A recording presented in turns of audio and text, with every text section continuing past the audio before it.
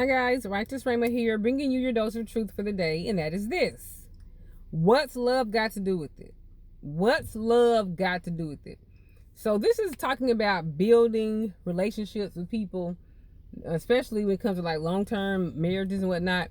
And you got to ask yourself, what does love have to do with it if the person that you're building with doesn't have any tools? What does love have to do with it? What is the point of building with someone that when you get to the job site at the agreed upon time, the agreed upon location, for the agreed upon building that you're going to build, and you find out that the person who you love comes to the job site, no tools? What's love got to do with it? But Misty, I love him. But Misty, I love her. What if the person that you plan on building with has no tools, has no skills to build with? So you come out there with you got your wood, you got your planks of wood, you got your hammer, you got your nails, you got your the leveler and all the things, the compass, whatever, and the person that you love doesn't have the tools. And so I want you to think about that when it comes to like choosing somebody for long term. Ask yourself, does this person have the tools? Do they have the tools? Because what you're building is something that your children are going to come from. If you don't have children yet and you're waiting to marry to have children, your children are going to build upon the foundation that you and that child's father or mother built upon. But if you're the only one building, it's like, what kind of foundation does that leave for your children? The person that you're building with, they got to have tools. It does not matter how much you love them. What's love got to do with it? Do they have the tools with which to build? The next point is, I'm using the example of playing toss. You toss a ball. This is talking about tools and skills. This is more about skills here. So with skills, it's like if you're playing toss the ball back and forth, you know, there's a rhythm to tossing a ball. For it to be a fun game for both parties, you got to be a rhythm to it. So you throw it a certain speed, a certain distance, you throw it if the person can catch it.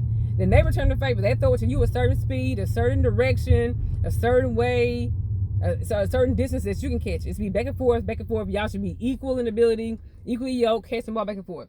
But some of us, because we love people that are not compatible with us, we pick a partner that they throw the ball too short. So the ball falls like 3 feet in front of you. So you got to keep on running up to catch the ball. Or they throw the ball too far over their head. Maybe you throw the ball too far over their head. They got to run back to get the ball. Or they don't have a rhythm. They don't have a pace. So when you throw the ball to them, they let it hit the ground. They wait 30 seconds, pick it up, throw it back. You let it hit the ground, wait 30 seconds, pick it up, throw it back. It's not fun. It's only fun when it's like back and forth. Like when you watch a tennis match, it's only fun because they hit it back and forth. They don't take no time. It has to be immediate. Two skilled tennis players will be back and forth. They hit it, go from side to side, hit it. But what if you're with the person that doesn't have the skills to play catch? So you make a phone call. They miss 90% of your phone calls. And then when they answer the phone, they miss it. You're like, hey, how you doing? I'm good.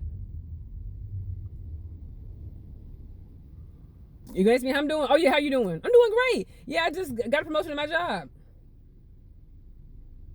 You hear me? Y'all heard you. That's what it feels like when you're with somebody who's not even equally yoked. So you're throwing something to them, they drop it. You throw something to them, they drop it. So you want somebody who has an equal ability that you have. Like you throw it, they catch. You throw it, they catch. They throw it in a way that you can catch it. They don't throw it over your head. They don't throw it too far in front of you. They don't throw it so fast. They throw so fast it hits you in your face or hits in your chest. You know what I'm saying? You gotta have somebody who's equally skilled. So it does not matter how much you love a person. It won't be fun. It's not gonna be fun playing catch. Imagine if you're playing with a 3-year-old and you throwing hard balls as 3-year-old. They're gonna start crying. They're gonna lose interest. They're gonna be like frustrated with you. It's not gonna be fun anymore. And so sometimes if you're not equally yoked with somebody or not compatible with somebody, it's not gonna be fun anymore. And then if you're the one who comes to the job site with tools and skills, it's not gonna be fun anymore. She was like, I thought we agreed we're gonna build this house to do X, Y, Z with. And the person's like, well, I ain't got no tools. I love you though.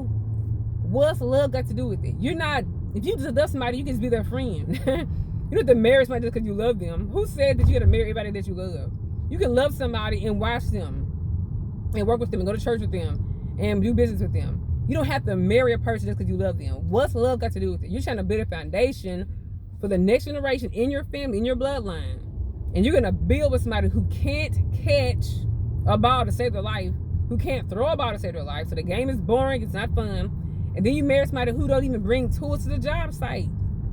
You don't have at least a single plank of wood you could have brought, a wooden board you could have brought. You don't have a single nail.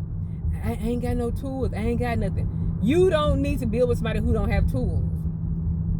You don't need to play with somebody who don't have skills. It's nothing to do with love. It has to do with building a foundation for your children in the future and what you're trying to do, your purpose in God. You don't want to be frustrated your whole marriage. Everything is you. It's like you're in a relationship by yourself. You know what I'm saying? If you're in a relationship where you're not compatible with somebody, where you're not equally yoked, you are still alone. If you're not in a relationship with somebody that has some similarities with you, has commonality in what they're trying to build, purpose, pace, and how they throw, how they catch, you're still alone. You're still alone. So please, you all, think about that. When you whisper on the phone, are they dry on the phone?